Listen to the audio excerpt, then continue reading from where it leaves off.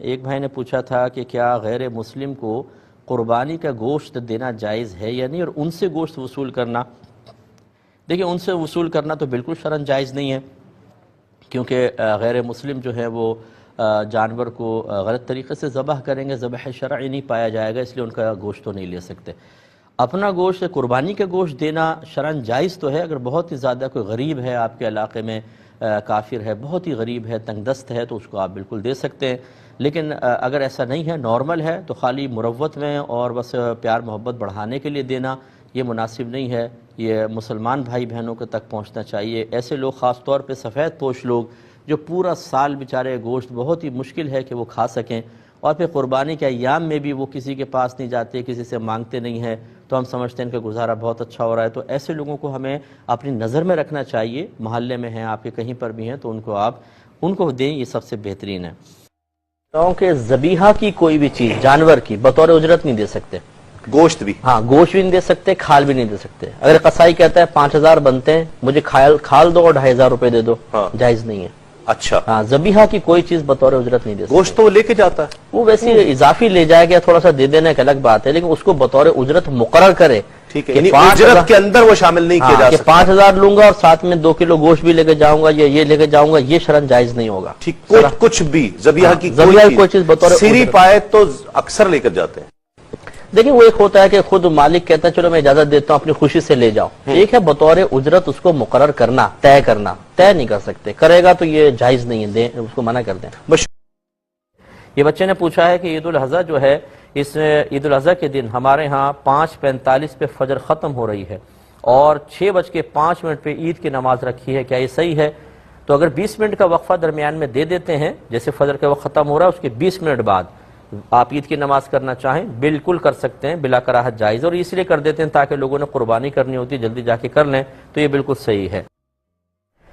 ہمارے عوام الناس میں یہ بات معروف ہے کہ جی جو قربانی خاص طور پہ کرنا چاہتے ہیں کہ جی آج ہمارا روزہ ہے اور ہم روزہ کھولیں گے بکرے کی یا گائے کی کلیجی سے۔ تو یاد رکھیں کہ یہ سال میں 5 روزے نبی کریم صلی اللہ علیہ وسلم نے منع فرمائے ہیں، اور ان 5 دنوں میں روزہ رکھنا مکروہ تحریمی ہے، یعنی حرام کے نزدیک ہے۔ ایک عید الفطر، یعنی رمضان کے بعد جو عید آتی ہے، اور پھر 4 دن یہ 10 ذوالحجہ، 11، 12، 13، ان 4 دنوں میں، اور ایک عید الفطر کا دن، ان 5 دنوں میں سال بھر میں ان 5 دنوں میں روزہ رکھنا حرام کے نزدیک ہوتا ہے۔ لہٰذا اس سے ہمارے بھائی بہن ذرا درس حاصل کریں کہ عید الاضحیٰ میں یہ لفظ بھی استعمال کرنا صحیح نہیں ہے کہ جی ہمارا آج روزہ ہے۔ اس سے بچوں کے اوپر غلط اثر مرتب ہوتا ہے، اور وہ سمجھتے ہیں کہ عید الاضحیٰ کے دن بھی روزہ رکھنا کچھ سنت ہوگا۔ یہ نہ کہیے، بلکہ یوں کہیے کہ ہم آج صبح سے قربانی ہونے تک کچھ نہیں کھائیں گے، کیونکہ یہ سنت ہے۔ ہمارے نبی کریم صلی اللہ علیہ وسلم جب عید کے لیے تشریف لے جاتے تھے، تو جب عید الاضحیٰ کا دن ہوتا تھا تو سرکار کوئی چیز تناول نہیں فرماتے تھے۔ ہاں، عید الفطر کے لیے جب تشریف لے جاتے تھے تو گھر سے کچھ میٹھا وغیرہ کھا کے تشریف لے جایا کرتے تھے۔ تو اس میں ہم ناشتہ وغیرہ نہ کریں، قربانی کا انتظار کریں، جب قربانی کی کلیجی نکلے تو کلیجی کھانا یہ سنت مبارکہ ہے۔ تو یوں نہ کہیں کہ آج ہمارا روزہ ہے، بلکہ یوں آپ کہہ سکتے ہیں کہ آج کے دن ہم نبی کریم صلی اللہ علیہ وسلم کی سنت کے مطابق اس وقت تک کچھ نہیں کھائیں گے جب تک ہمارے قربانی کے جانور کی کلیجی نہیں آ جاتی، اس سے ابتدا کریں گے۔ ہم گائے تو اللہ کے نام پر ہی ذبح کرتے ہیں، لیکن یوں ہوتا ہے کہ جب گوشت تقسیم کرتے ہیں تو میں بعض اوقات اس میں صدقے کی نیت کر لیتی ہوں کہ چلو میرے بچوں کا صدقہ بھی نکل رہا ہے گوشت کے ساتھ، تو کیا یہ صحیح ہے؟ جی ہاں، اس میں کوئی حرج نہیں ہے، کیونکہ صدقے کا مطلب یہ ہوتا ہے کہ ثواب کی نیت سے اللہ تعالیٰ کی راہ میں کچھ خرچ کرنا۔ تو چونکہ آپ یہ قربانی کا گوشت ثواب کے لیے ہی دے رہے ہیں، آپ نہ بھی کہتی ہیں صدقہ ہے تو وہ صدقہ ہی ہوتا، تو آپ نے کہہ دیا تو اس سے کوئی فرق نہیں پڑے گا، آپ کو صدقے کا ثواب بھی ملے گا، قربانی کا ثواب مل رہا ہے۔ ایک یہ کہتے ہیں کہ قربانی کا گوشت کب تک رکھ سکتے ہیں؟ دیکھیں، مسئلہ یہ ہے کہ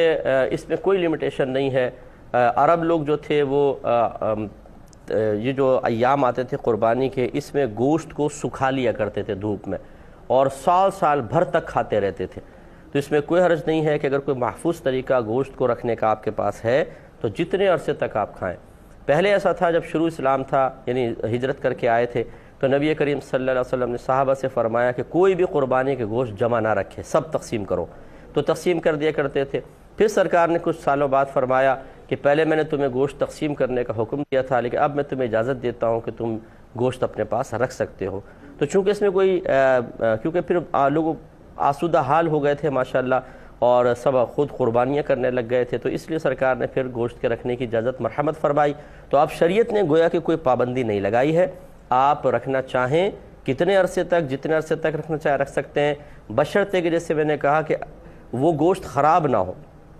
جب تک آسانی سے صحیح طریقے سے رکھا جا سکتا ہو۔ خراب ہونے لگے تو اتنے عرصے تک رکھنا مناسب نہیں، نہ اپنے پیٹ میں جائے نہ کسی اور کے پیٹ میں جائے، یہ قطعاً غیر مناسب ہے۔ ہوس جو ہے نا، ہوس اور لالچ یہ بری ہوتی ہے۔ بعض اوقات فریج بھر لیتے ہیں، ڈی فریزر اور سب کچھ بھر لیتے ہیں، اور کھایا جاتا نہیں ہے، سڑ جاتا ہے گوشت، پہ اس کو کچرے میں پھینک دیتے ہیں، تو یہ مناسب نہیں ہوتا۔ کسی بیچارے غریب کے پیٹ میں چلا جائے، اور اتنا ہی رکھیں جتنا آپ کھا سکتے ہیں ایک مخصوص وقت تک، اور وہ رکھنے کی بہرحال اجازت ہے۔ ایک یہ تکبیرات تشریق کے بارے میں پوچھا ہے کسی نے کہ یہ کیا ہوتی ہے، کب لگاتے ہیں، کب نہیں۔ تو تکبیرات تشریق اللہ اکبر لا الہ الا اللہ واللہ اکبر وللہ الحمد، یہ معروف ہے، آپ کہیں سے بھی دیکھیں گے یہ تسبیح پڑھی جاتی ہے۔ اور اس کا شرعی مسئلہ یہ ہوتا ہے کہ 9 ذوالحجہ کی فجر کے بعد سے 13 ذوالحجہ کی عصر تک ہر وہ فرض نماز جو جماعت مستحبہ کے ساتھ باقاعدہ قائم کی گئی، اس کے بعد ایک بار لگانا واجب اور 3 بار افضل ہوتا ہے۔ قیدیں دیکھیں، نمبر 1 9 ذوالحجہ، اور پھر 13 کی عصر تک۔ 10 ذوالحجہ کو عید ہوتی ہے، 9 10 11 12 13 کی عصر تک یہ چلے گی، پہلی بات یہ۔ دوسری بات یہ ہے کہ یہ ہر وہ نماز،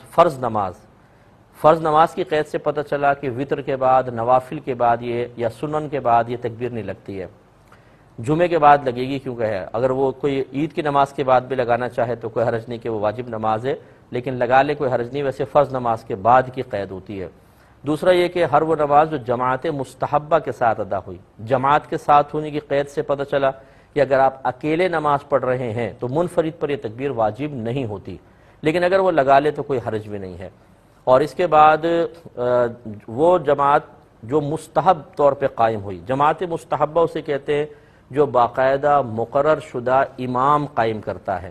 اس کا مطلب یہ ہوا اگر آپ کی جماعت نکل گئی اور آپ 2-4 دوستوں نے جماعت ثانی قائم کی تو اس کے بعد تکبیر لگانا کوئی واجب نہیں ہے، یہ منفرد کے حکم میں سمجھ لیجئے، لیکن لگا لیں تو بہتر ہے، منع بھی نہیں ہے۔ لیکن جو ہر فرض نماز جو جماعت مستحبہ کے ساتھ یعنی مقرر شدہ امام قائم کرتا ہے، اس کے بعد تو تکبیر لگانا واجب ہے، تو ایک بار واجب ہے۔ اور یاد رکھیں کوئی بھی واجب یا فرض جب پڑھنے کے ذریعے ادا کیا جا رہا ہو تو اتنی آواز ضروری ہوتی ہے کہ اپنے کان سن لیں،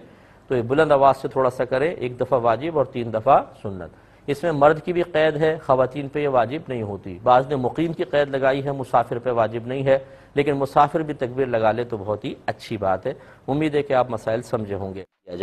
یہ کہ کہتے ہیں کہ اگر کوئی بیوی بچوں کی طرف سے قربانی کرے تو کر سکتا ہے۔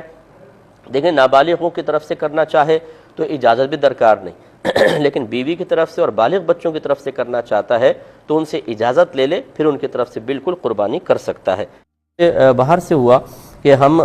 باہر سے پاکستان میں کسی کو قربانی کی ذمہ داری دینا چاہتے ہیں، لیکن ایام قربانی میں تھوڑا سا ڈیفرنس ہے کہ ہمارے ہاں پہلے 3 دن ختم ہوں گے اور پاکستان میں 1 دن آگے ہے، یعنی وہاں عید کا دن ہوگا تو یہاں ابھی عید سے پہلے ہے، وہاں پہلا دن، یہاں بھی عید شروع نہیں ہوئی، دوسرا دن ہمارا پہلا دن، ان کا تیسرا دن ہمارا دوسرا دن، تو یہاں جو ہمارا تیسرا دن ہوگا ان کی قربانی ختم ہو چکی ہوگی، یعنی ایام قربانی ختم ہو چکے ہوں گے۔ اب ان کا کیا پوچھنا یہ ہے کہ اگر ہم یہاں پیسے بھیج دیتے ہیں اور کوئی پاکستان میں تیسرے دن ہماری قربانی کرتا ہے تو گویا کہ ہمارے تو ایام قربانی ختم ہو گئے، تو کیا یہ قربانی اللہ تعالیٰ کی بارگاہ میں قبول ہوگی یا نہ ہوگی؟ دیکھیں اس میں 2 جواب ہیں کہ محتاط مسئلہ تو یہ ہے کہ یہاں پر جو وکیل ہو وہ قربانی اس دن میں کرے کہ یہاں پر بھی وہ ایام ہوں اور وہاں پر بھی۔ مثال کے طور پہ اگر دوسرے دن کرتے ہیں تو وہاں تیسرا دن ہے، اور اگر پہلے دن کرتے ہیں تو وہاں پر دوسرا دن ہے، تو اس لیے بہتر ہے کہ اس طرح کریں۔ لیکن اگر یہ تیسرے دن بھی کرتا ہے تو یاد رکھیں کہ جہاں پر فعل ہو رہا ہوتا ہے وہاں کا اعتبار ہوتا ہے، لہذا چونکہ یہ فعل یہاں پر کر رہا ہے تو گویا کہ جو موکل نے اس کو وکیل بنایا، اب یہ موکل تو قربانی نہیں کر رہا، اس نے تمام معاملہ اس کے سپرد کر دیا، تو تمام تر شرعی احکام وکیل کی طرف متوجہ ہوں گے، لہذا اگر یہ تیسرے دن قربانی کرتا ہے تو یہ قربانی موکل کی طرف سے ہی متصور ہوگی، کیونکہ فعل اب وہاں نہیں ہو رہا کہ ہم یہ کہیں جی 3 دن گزر گئے اب فعل یہاں پر کر رہے ہیں، وہاں کرے گا وہ موکل، 3 دن گزار کر تو نہیں ہوگی قربانی، لیکن یہاں چونکہ بھی ایام چل رہے ہیں تو اس لیے وہ قربانی اس موکل کی طرف سے بالکل قبول کی جائے گی انشاءاللہ، اور اس میں کوئی حرج نہیں ہے۔ لیکن زیادہ محتاط مسئلہ یہی ہے تاکہ ان کو بھی وسوسے نہ آئے کہ پہلے دن کر لیں تو ان کا دوسرا دن، یا دوسرے دن کر لیں تو ان کا تیسرا دن، تو اس طرح دونوں دن میچ ہو جائیں گے اور اس میں کوئی حرج نہیں محسوس ہوگا۔